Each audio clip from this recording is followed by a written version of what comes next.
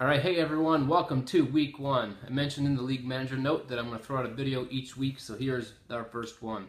Really simple. I'm going to give out some studs and duds of the week, a few things that I'm excited about, and things that I'm not excited about, maybe some news from the other league if anything good is happening, or at least just an update, and then some predictions. Should be pretty simple, and should always be pretty short, so it doesn't waste your time, but hopefully it's enjoyable and kind of ups that trash talk that we have with one another.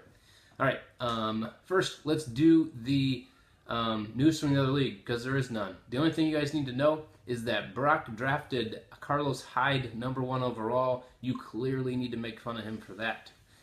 Second is things I'm up on. I'm up on two teams right now. When I look at your teams, I think it looks like you could have a really good year. One is Adam. Even though you didn't draft, you still set your settings, and picking Cam Newton overall #1 seems like for you, it was at least good for this week. And then Chris McClung, I just think from top to bottom, your team looks pretty solid, so good job. Teams I'm down on, again, not that you're going to have a bad year, just as of right now, without seeing any players play yet, I'm wondering where your points are coming from. And that is Team Oakland, which I also should call Team Alex.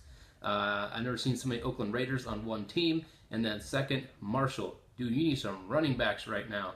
I don't know where your points are coming from there. My studs and my duds are really simple this week.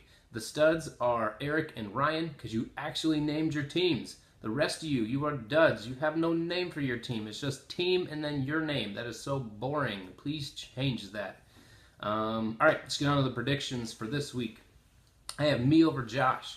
This is obvious, right, Josh? But the reason is because I think I got a lot of wideouts that are going to do really well. I'm not a believer in Kirk Cousins for you yet, and Lacey, and I'm not sure about the rest of your team.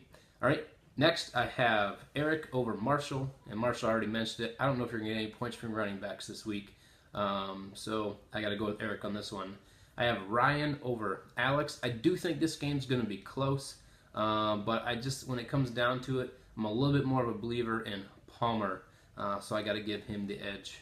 And then I have Jim over Adam. I kind of flip-flopped on this one back and forth because I do like your team, Adam, but I like Jim's team this week, just because I can't bet against Big Ben to Antonio Brown. They just torched last year, and I think they're going to keep doing it right now until Bell comes back. Then last, I have Chris over Seth. I think this could be close, but I just got to go with Tyrod, because he's the only person on Chris's team that I'm not sure about. The rest of his team I think looks really good. So right now I'm just going to go ahead and put all my eggs in the Tyrod basket and believe in him like you are, Chris, and see what happens. So that's my predictions from this week, and I hope you enjoy it. I'll see you on Sunday, and go Browns!